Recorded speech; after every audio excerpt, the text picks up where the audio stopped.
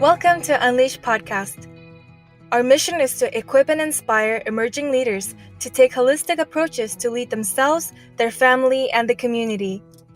In this podcast, we will bring in expert insights to enrich your leadership journey.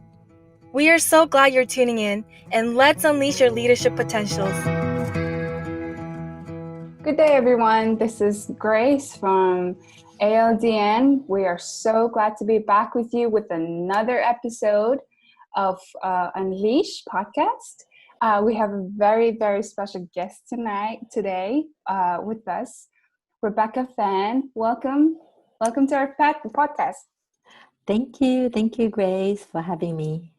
Yes, so we will be talking about a very popular, common topic, which is a depression.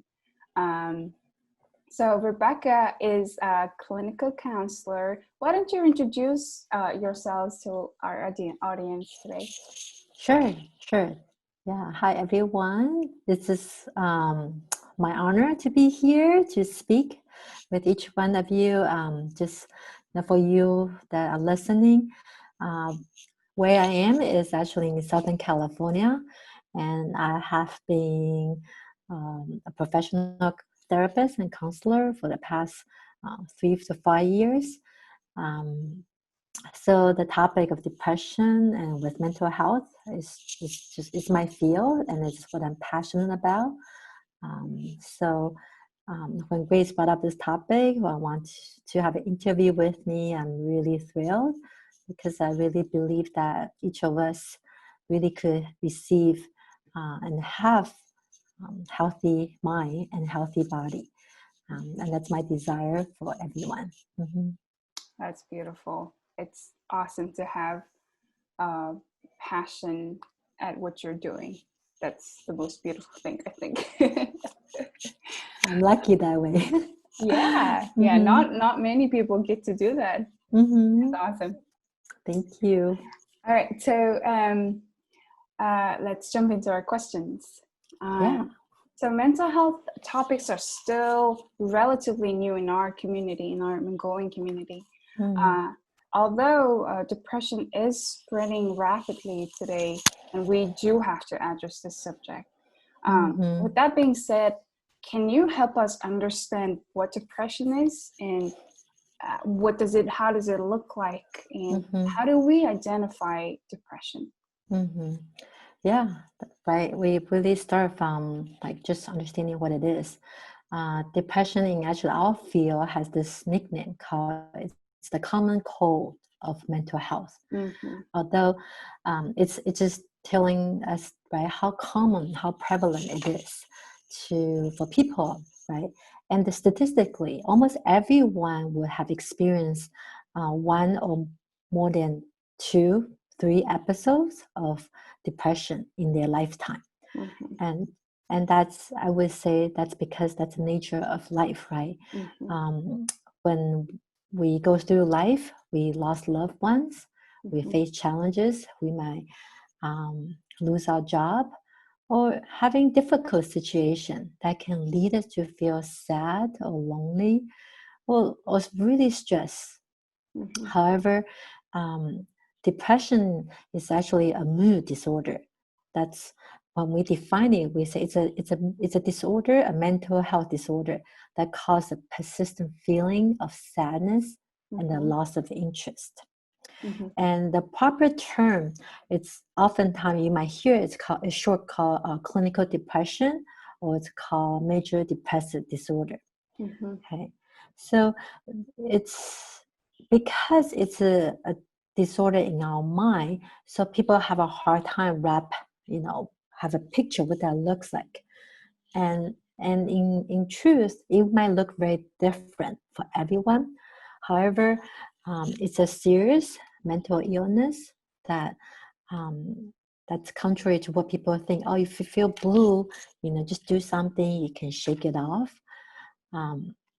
So the way we look at clinical depression is that it's a disorder that affects how we feel, how we think, and how we behave. And why it is serious? Because it really leads to a variety of emotional and the physical problems, and of course, relational issues, right?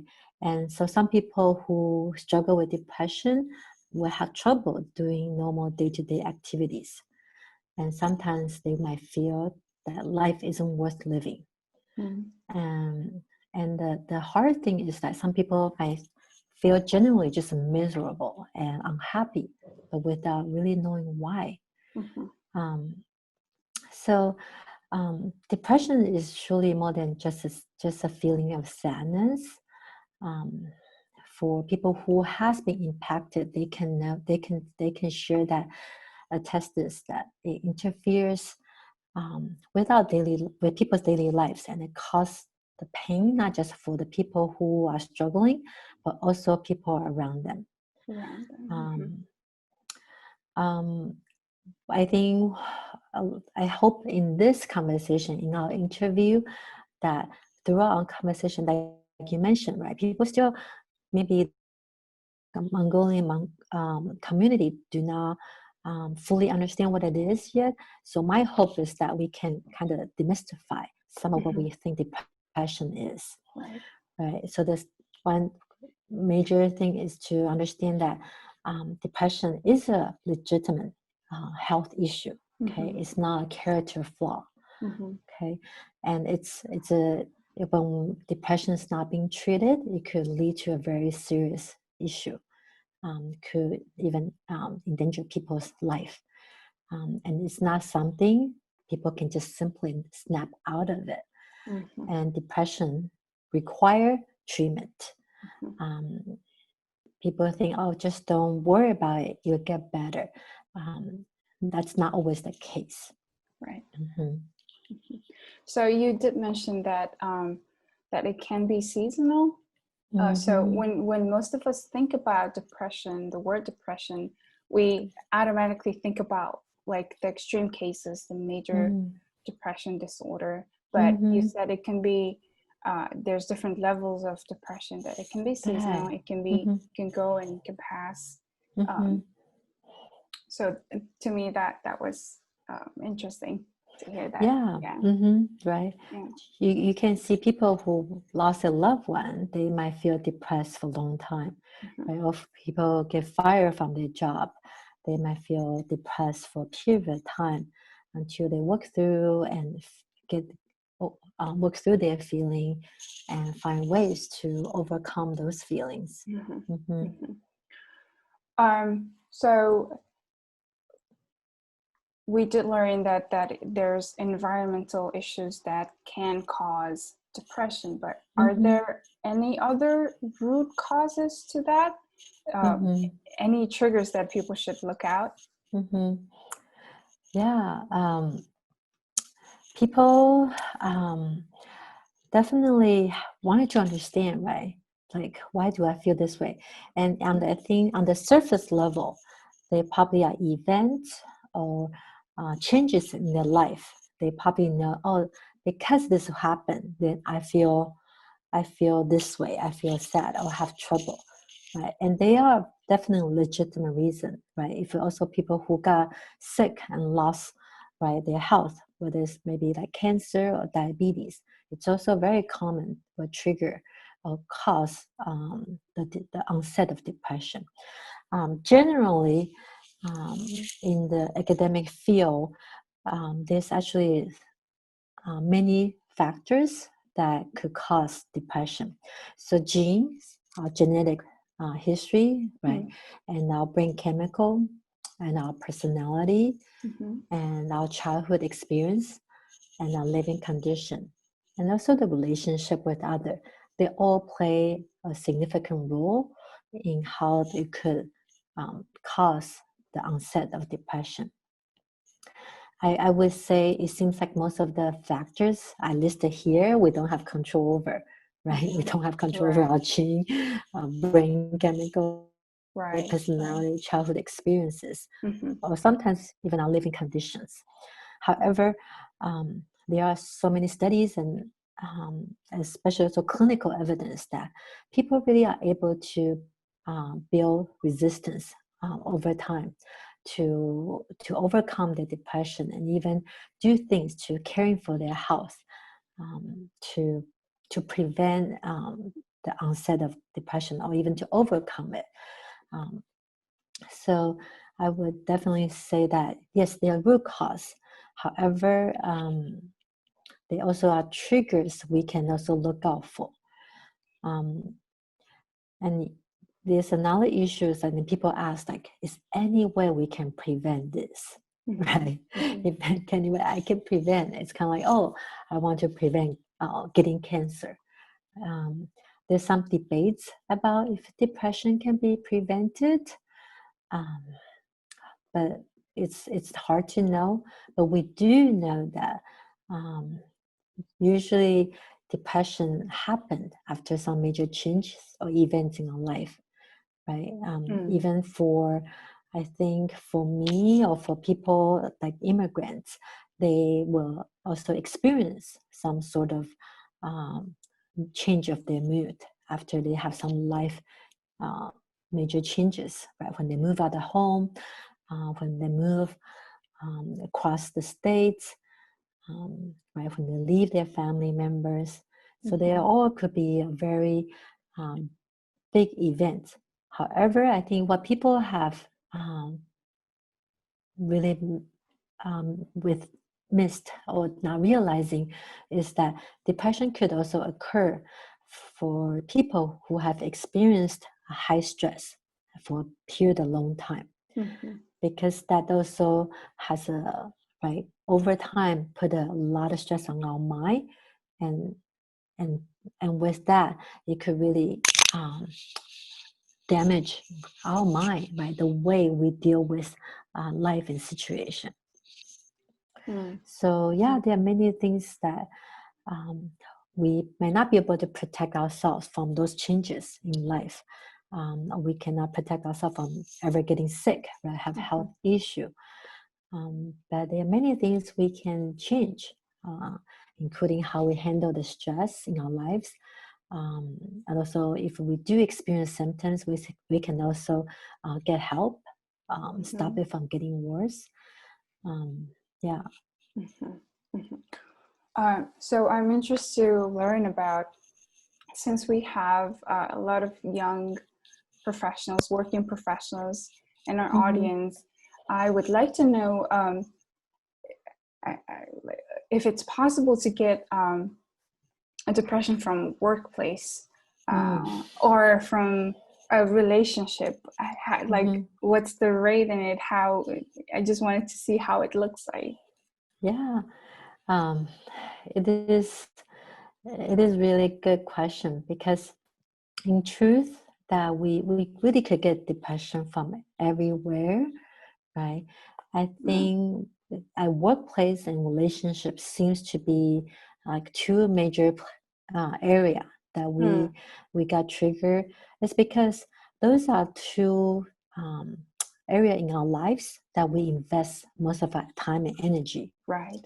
Okay. And also they are the places that we seek self-worth. Self-worth. Wow. Mm-hmm. That's, yeah. Wow. So I guess it's like a piggyback question. With that being said, what about like youngsters who are trying to figure out their life, like we call it like trying to figure out my calling, or struggling with their career. In other words, I guess, like people who are facing quarter life / midlife crisis, how is it likely to develop depression under those circumstances? Yeah, for young people that, I think I would say really that they are facing with a tremendous pressure and responsibility as they're learning to become adult. And I would say from this life stage of children, adolescent, and to jump into this adulthood is a very, I think it was should be a long period of process. And I think the society in some way kind of portray it's almost like, oh, it's something seems very easy and natural. You finish school, you move out, you get a job, and you do everything. But in reality, it's actually a lot of pressure and very difficult responsibility for young adults to learn how to do that. Right? Even just financial independence or financially responsible. That's a skill that really need to be trained and practiced over time. Right? And also the idea of working through to your career life. Not only finding a career that will support yourself financially, but finding a career that you also can use your talent and gift and your passion, or also do what you're good at. Well, those are really not easy, right? As we kind of talk about, it's not common. We get to do what we love, and also it's also not common. We get to land at the job to utilize what our abilities, our expertise. Mm-hmm. And in truth, I would say young people are actually at the beginning of their career, right? You're actually in the beginning stage of developing your skill so that you can build your career. However, there's expectation, I would say, young people in society have on themselves to think, once I'm a young adult, I'm supposed to be able to do all these different things. I'm supposed to figure it out. I'm supposed to figure out relationship. And it's interesting that I have actually a lot of clients who are young adult, and I would say this generation is a really unique generation that has a really strong self-awareness, and I'm so impressed with this generation of young adult. What I mean is that they not only care about all this, but they also are very interested and serious about their relationship with their family, and they very interested and serious to find out who they are apart from their work, because there's a strong, I think that's a beautiful thing, that there's a strong sense that who I am and what I do is not always the same, and right. That's okay. So those are big, life topics young adults are trying to figure it out. So in the process of trying to navigate this journey of life, when a lot of them may not have the proper support or have the guidance, and if they are facing with a lot of challenges or rejection, that might really become hard for them to feel like they can come back up and keep pushing forward. So I think that's what you said about, I can see that a lot of young people could develop depression, of feeling discouraged, have a hard time to move forward because they experience with career. I think with Asian people, the way we were raised, or like it's in our culture to be strong, like in a way we kind of grew up having a tough skin. We kind of grew that tough skin in our lives, and we kind of learned to suppress our feelings, right? I shouldn't be feeling that way, and yeah, it's that, like, how important it is to address or take time to notice how you're feeling, that depression is a legitimate problem, that it needs to be attended, and before it gets further, right? Yeah, for sure. Yeah. And statistically, the young people actually are more susceptible to experience depression. I'm sure the people probably aware of that, right? Severe depression, part of that makes the concerning symptom is suicidal thoughts and the suicide attempt.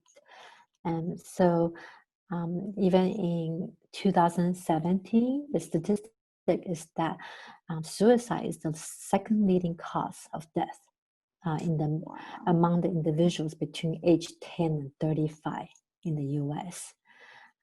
So it's a very alarming and very prevalent mental illness that I would say as a society in the US, people are actively try to bring awareness and to remove that stigma too. Wow. So I'm not sure if we touched on the symptoms. You just mentioned that suicide is one of the biggest symptoms. Is there any other symptoms that's like that people should be looking out? Yeah, absolutely.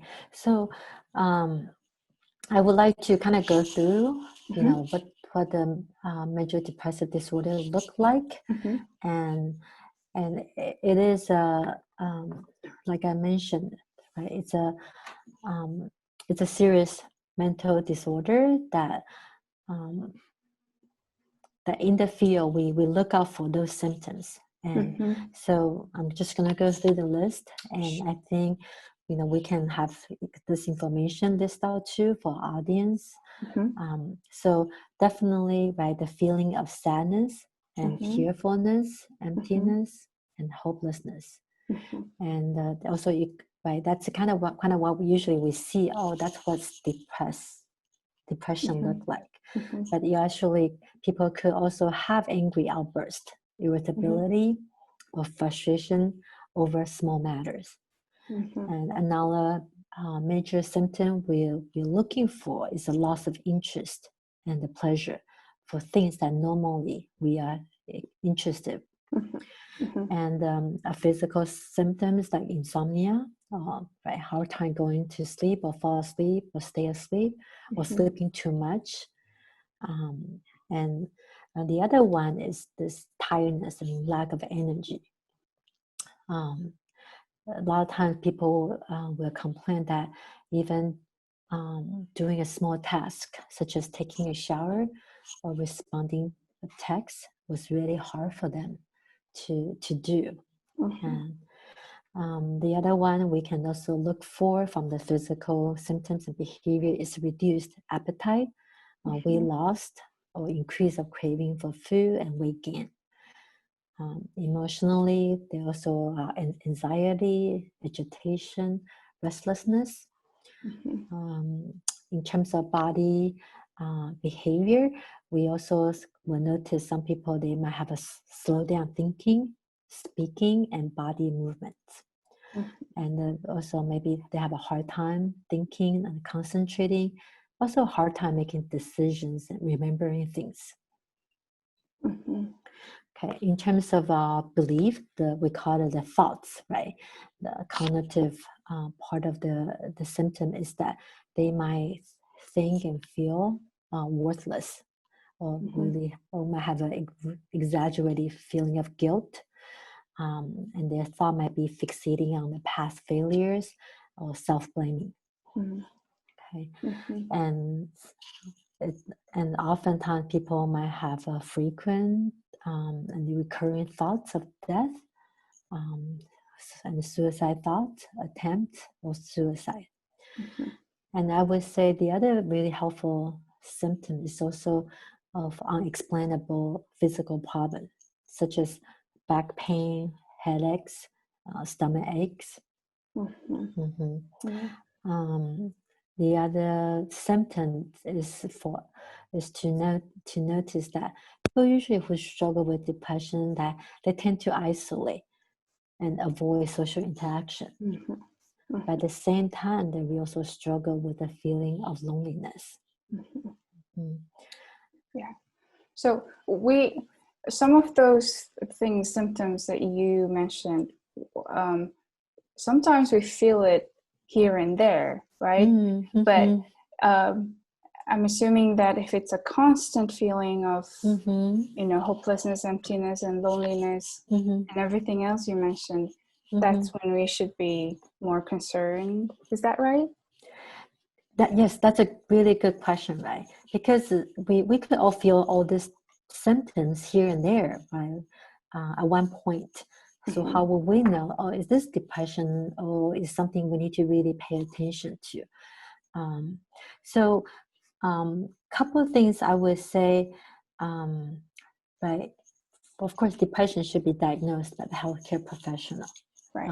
Because there could be other underlying issue or could be other medical conditions that also trigger the onset of depression. So that's why it's important to seek the professional to be accurately diagnosed.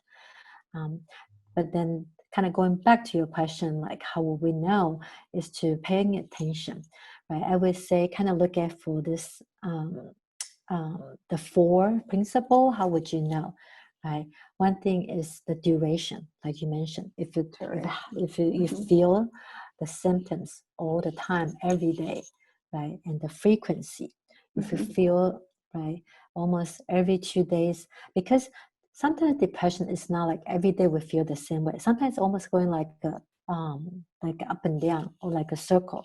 We just keep it going on a circle. Sometimes I feel a little bit better and worse, and sometimes I feel better and worse. So even the frequency.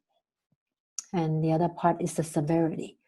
You know, if you have some of the feeling of hopelessness, right? Also even the physical pain, that's so serious that you feel like you think about like life is not worth living, then yeah, right, it feels so strong, or you feel the anxiety is so strong that you cannot do anything, right? That's the severity we want to pay attention to. And the 4th one is the impact on our function of life and health. So if you notice, like, you know, it's hard for you to make like decision, very hard for you to carry out small task, right? And it's impacting you, you're not eating, you're not able to sleep, then those are the things that it's important to seek the professional. Wow. Okay. Yeah, that kind of covers the question that I was about to ask. But yeah, those are, you know, some of the steps to get help. Let's say if I have a friend who is struggling with depression, how should we approach them? How do we help them in a way? I know we can't, we're not professionals, but is there a better way to approach them to understand them better? Yeah, for sure. There are a lot of symptoms that we can kind of like watch and look out for, right? I would say one of the way is to educate ourselves, okay? Because when we want to help others, and when we see our friends, our loved ones that are struggling with depression, it's natural that we also going to experience some difficult emotions. Right. We might feel frustrated, they can't do this. We might feel scared, right? If they say, oh, I don't want to live anymore, we're like, what do I do, right? And we also might feel sad, they feel so helpless. And so to know that those feelings are normal, we feel that way because we care about them, okay? And it's not easy to deal with other people's depression. So I would say one thing is to understand what depression is, continue to educate yourself. The other part is to kind of knowing what you are facing, right? Of course, we want to help our friends and family, but we actually need to understand this is a very complicated issue in this person's life.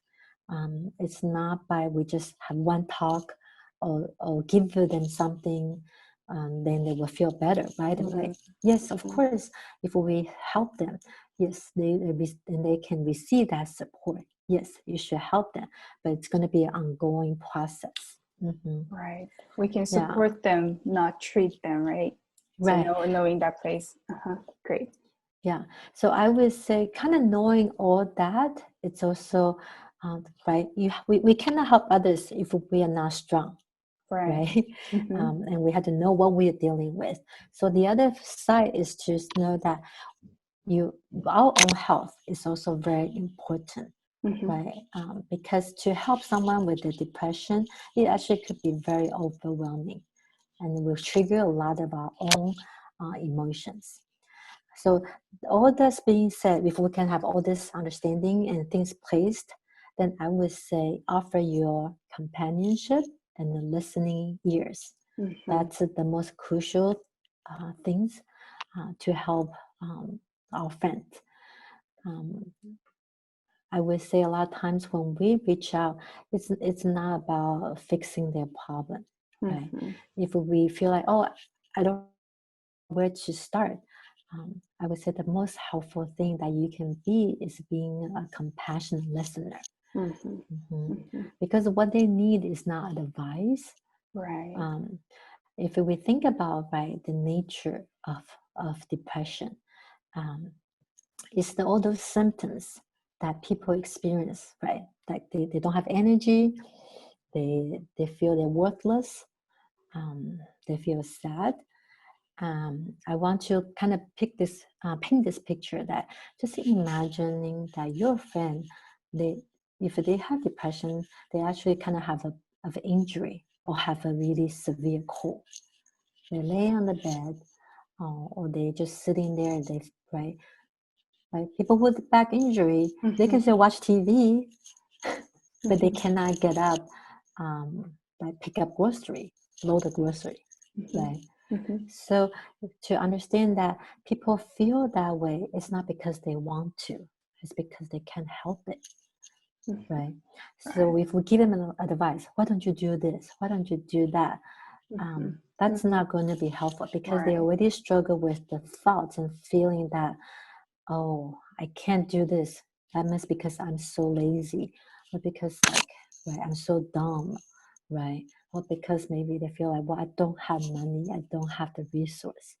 And that's the inner struggle they have. So if we keep telling them, do this and that advice, it's actually make them feel worse about what they cannot do. And I would want to kind of give more specific ways to help people, right? You can start a conversation by just expressing your concern, right? Showing care, it is a support, right? By just telling your friend like, hey, I've been feeling concerned about you. I noticed something's different. That how you're looking or doing. I'm just wondering how you're doing. So it's okay to express concern.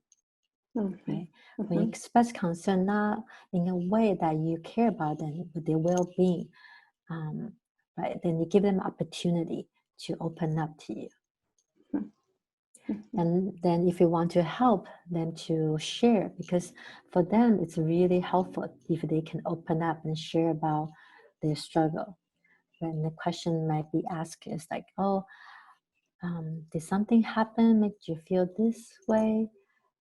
When did you start to feel like this?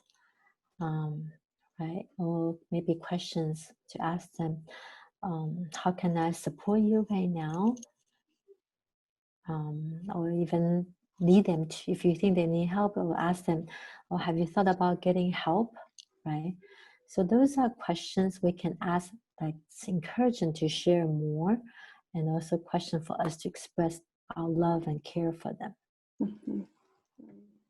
Wow. Okay. So like I mentioned in the beginning of the interview, mental health topics in general, it's still relatively new in our community. So how do we normalize this topic so that people have more of awareness that it's a legit issue? It's an illness, mental illness, right? And anybody can struggle with this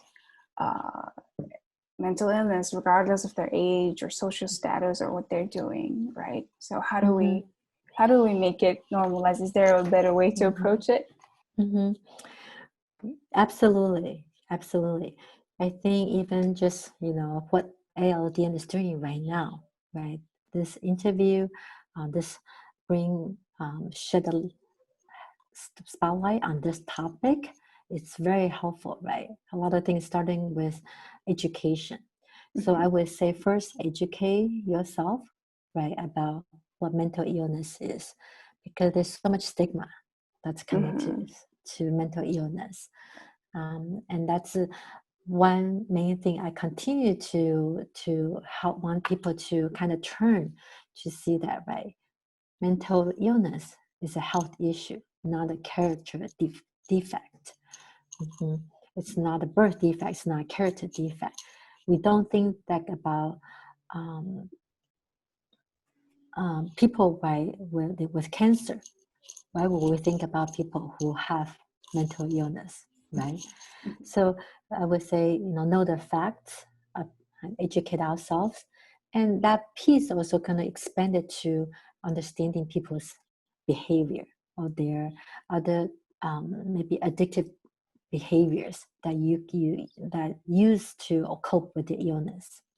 Because a lot of times we think, people who are involved with addiction is because they're weak, right? Or they love that, or whether it's alcoholic addiction or gambling or pornography addiction.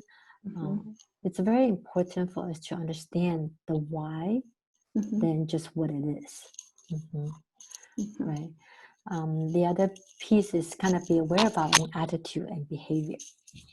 Sometimes we still have those thinking from the society, from our upbringing. Right? We tend to trying to kind of make a judgment on ourselves or on others. I would say it's important to cultivate this attitude of just being curious, trying to be understanding. Because every behavior behind it has a reason, and we just do not know what other people's reasons are, right? Because we do not know them, we don't know their full story, and we don't fully know our own reason behind our each behavior either. So I would say cultivate that attitude of just being curious and trying to understand. The other piece I would say, choose our words carefully, right? Just like similar to some are very judgmental words we could place on ourselves, thinking that if I messed up or somebody messed up, we were trying to say, why don't you do this better, or this person just like that, right? So we have to be careful about like how we speak that can affect ourselves and others. And I would say nowadays, I encourage people to continue to just pass on the facts, right? Pass on facts about what you learn about some of the stereotypes we put on people who have mental illness, right? Even the idea of people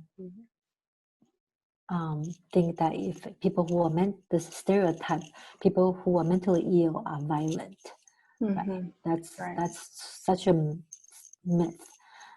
How we can, right, be able to actively post information of facts on social media to counteract those myths. And I would say this idea of focusing on the positive, because I think people who have mental illness, have an addiction issue, that's really only a part of their life. Yes, it affects every part of their life, but it's really a part of their life issue, and their issue really do not define them. At the end of the day, they are human beings who are suffering, suffering, right? So I think it's so important for us to really look at people with those issues with compassion, to know that's not who they are. And I don't know if you guys noticed this, but throughout our interview, I've been talking about people with depression. People struggle with depression instead of people, right? Instead of saying depressed people, because they are not just people that's depressed. They are people struggling with issues, right? So even this attitude, this belief, how we see others, right? Not letting this illness define them. It's a shift. Yeah. Wow, it's such a huge topic. There's so much more to cover, but unfortunately, we have a time crunch. But I do have one last question for you. So for those who are watching, they've noticed the symptom, they've just realized that they might have a depression, or they have been struggling with depression. What would you like to advise them, tell them, encourage them? Yes, yeah, that's right. That's the next step, right? I think part of the recovery and of depression is to recognizing that yes, we don't have a lot of control with how we're feeling. We can't help to feel this way. We can't do anything when we are so tired all the time. Okay, but there are little things that we can do to help us to feel better. And I do want to point out, depression is really a tricky illness, because it's this catch 20 that you don't have energy to do something, to do anything, but then to get better you have to do something. Right? You see it? It's like I can't, right? So a lot of times I would say it is to recognize, yes, it's going to be a challenge to help yourself to get help, but there are definitely ways, right? So I would say one major thing is to reach out to friends and family for support. Stay connected with people that make you feel safe and cared for. That's very important.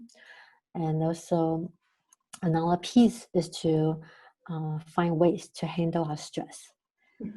I would say even simple things, even just going out, hang out with friends, have fun. The reason why people who are depressed will tend to isolate is because it does require energy, right? To go out, to put on your clothes, to carry out conversation.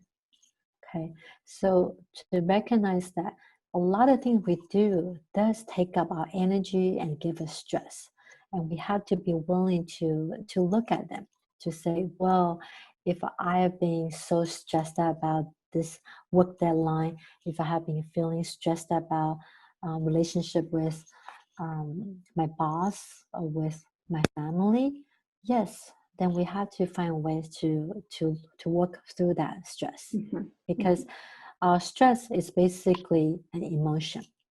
Our emotion doesn't go away until we release them and work through them. So there are things that we can, if people can, they can do things to relax them, energize them, right?